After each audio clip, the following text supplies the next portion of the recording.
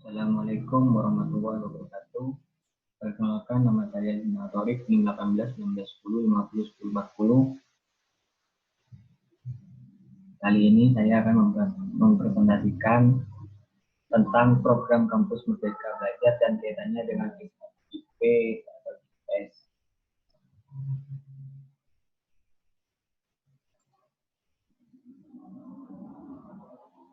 Kalian sudah tahu belum apa itu Merdeka Belajar atau Kampus Merdeka? Kampus Merdeka merupakan salah satu perwujudan pembelajaran yang berpusat pada mahasiswa, student centered learning, yang sangat esensial.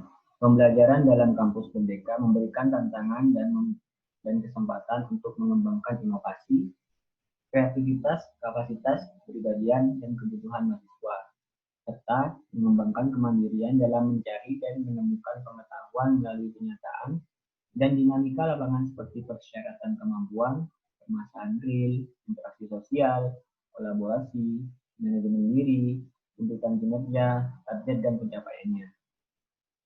Melalui program tersebut yang dirancang dan diimplementasikan dengan baik, maka hard dan soft skill mahasiswa akan terbentuk dengan kuat.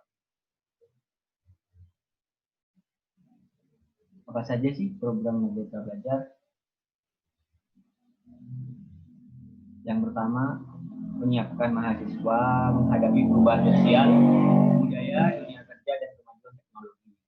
Kompetensi mahasiswa perlu disiapkan. Yang kedua, perguruan tinggi dituntut untuk dapat merancang dan melaksanakan proses pembelajaran yang inovatif. Yang ketiga, perubahan dan perkembangan zaman yang cepat membuat mahasiswa harus terus siap.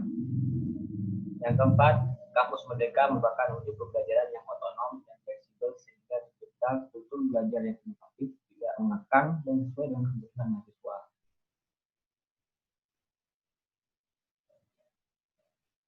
Tujuannya dari kampus Merdeka ini, yang pertama, meningkatkan kompetensi lulusan. Yang kedua, meningkatkan soft skill maupun hard skill. Yang ketiga, mahasiswa dibentuk kulturnya menjadi dinamis. Yang keempat, menyiapkan lulusan sebagai pemimpin masa depan bangsa yang unggul dan memiliki kepribadian.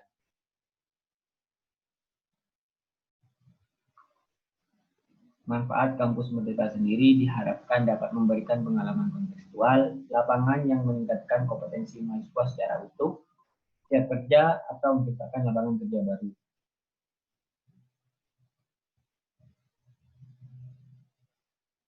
Bentuk kegiatan dalam kampus Merdeka apa aja sih?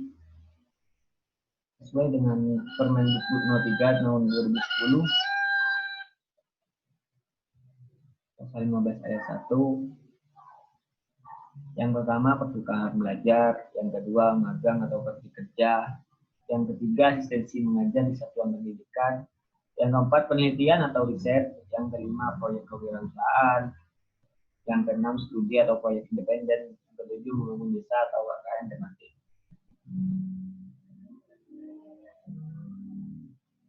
Pengertian GIS dan sistem informasi perencanaan. Pertama saya akan menjelaskan GIS terlebih dahulu.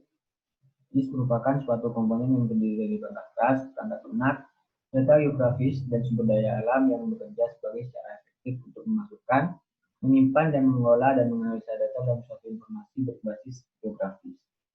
Sedangkan SIP, sistem informasi perencanaan, yaitu suatu sistem informasi yang mengorganisasikan serangkaian data, prosedur dan metode yang dirancang untuk menghasilkan, menganalisa, menyebarkan, dan memperoleh informasi guna mendukung pengambilan keputusan dalam sebuah perencanaan.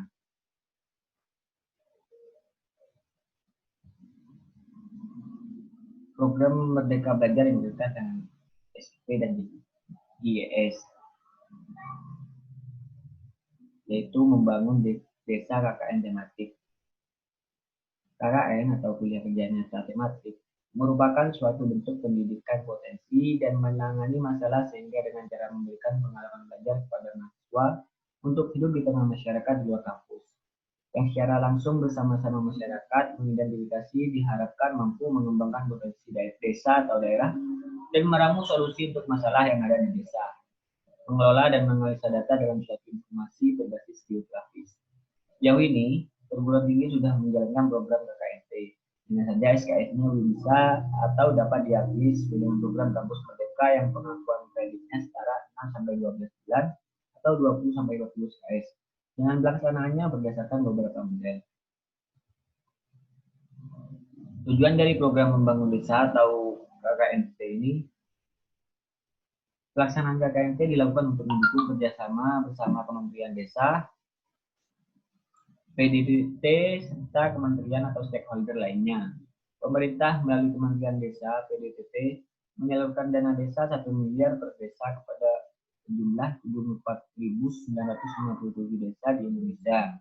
Yang berdasarkan data Indeks Desa Membangun atau IDM, tahun 2019, terdapat desa sangat tertinggal sebanyak 6.549 dan desa tertinggal 20.128. Pelaksanaan KKNT dapat dilakukan pada desa yang sangat tertinggal dan berkembang, yang sumber daya manusianya belum memiliki kemampuan perencanaan pembangunan dengan fasilitas dana yang besar tersebut, sehingga efektivitas penggunaan dana desa untuk menggerakkan pertumbuhan ekonomi masih perlu ditingkatkan. Salah satunya melalui mahasiswa yang dapat menjadi sumber daya manusia yang lebih memberdayakan dana desa. Yang pertama, kehadiran mahasiswa selama 6-12 bulan dapat memberikan kesempatan kepada mahasiswa untuk memanfaatkan ilmu pengetahuan, teknologi, dan keterampilan yang dimilikinya bekerjasama dengan banyak pemangku kepentingan di lapangan. Yang kedua, membantu percepatan pembangunan di wilayah pedesaan bersama dengan Kementerian Desa PDDT. Gimana sih pemilihan lokasi KKNT ini? Poin pertamanya, lokasi berdasarkan rekomendasi dari Direktorat Jenderal Pendidikan Tinggi. Yang kedua, lokasi pelaksanaan di desa sangat tertinggal, dan berkembang. Yang ketiga, desa-desa binaan perguruan tinggi pelaksana. Yang keempat, radius desa lokasi KKNT dengan perguruan tinggi dirancang 200 km. Yang kelima, desa lainnya yang diusulkan oleh mitra yang berupa Pemda, industri, dan lainnya. Model dalam pelaksanaan KKN tematik. Model yang pertama, model KKNT yang diperpanjang. Mahasiswa diberi kesempatan untuk mengajukan perpanjangan KKNT selama maksimal 1 semester atau setara dengan 20 SKS. Yang kedua, model KKNT pembangunan dan pemberdayaan desa. Pada model ini, perguruan tinggi bekerjasama dengan mitra dalam melakukan KKNT pembangunan dan pemberdayaan desa berdasarkan peluang atau kondisi desa dalam bentuk paket kompetensi atau pengembangan RPJMDes yang akan diperoleh mahasiswa dalam pelaksanaan KKNT. Yang ketiga, model KKNT mengajar di desa. Pelaksanaan kegiatan ini diutamakan pada mahasiswa program studi pendidikan. Bagi mahasiswa di luar program studi pendidikan dapat melakukan kegiatan mengajar sesuai dengan bidang keahlian dalam rangka pemberdayaan masyarakat, misalnya penerapan teknologi tepat guna. Yang keempat, model KKNT free form. Mahasiswa diberikan kebebasan untuk menentukan dan melakukan bentuk program KKNT yang akan dilaksanakan bersama mitra.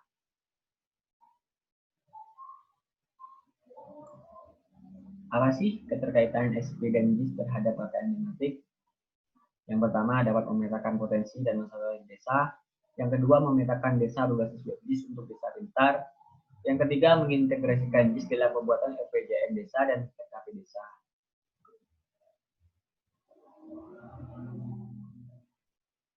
Manfaatnya untuk desa dan masyarakat dalam KKN ini, dengan dilakukan pemetaan terhadap desa dan mengintegrasikannya dengan JIS, maka mempermudah metode pencarian informasi data terkait kepemilikan rumah atau bahkan fasilitas yang ada di sekitar lingkungan desa.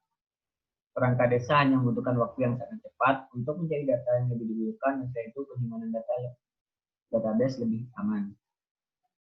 Poin yang kedua, dapat memetakan potensi dan permasalahan desa dan membantu percepatan pembangunan dengan mengetahui lokasi yang tepat.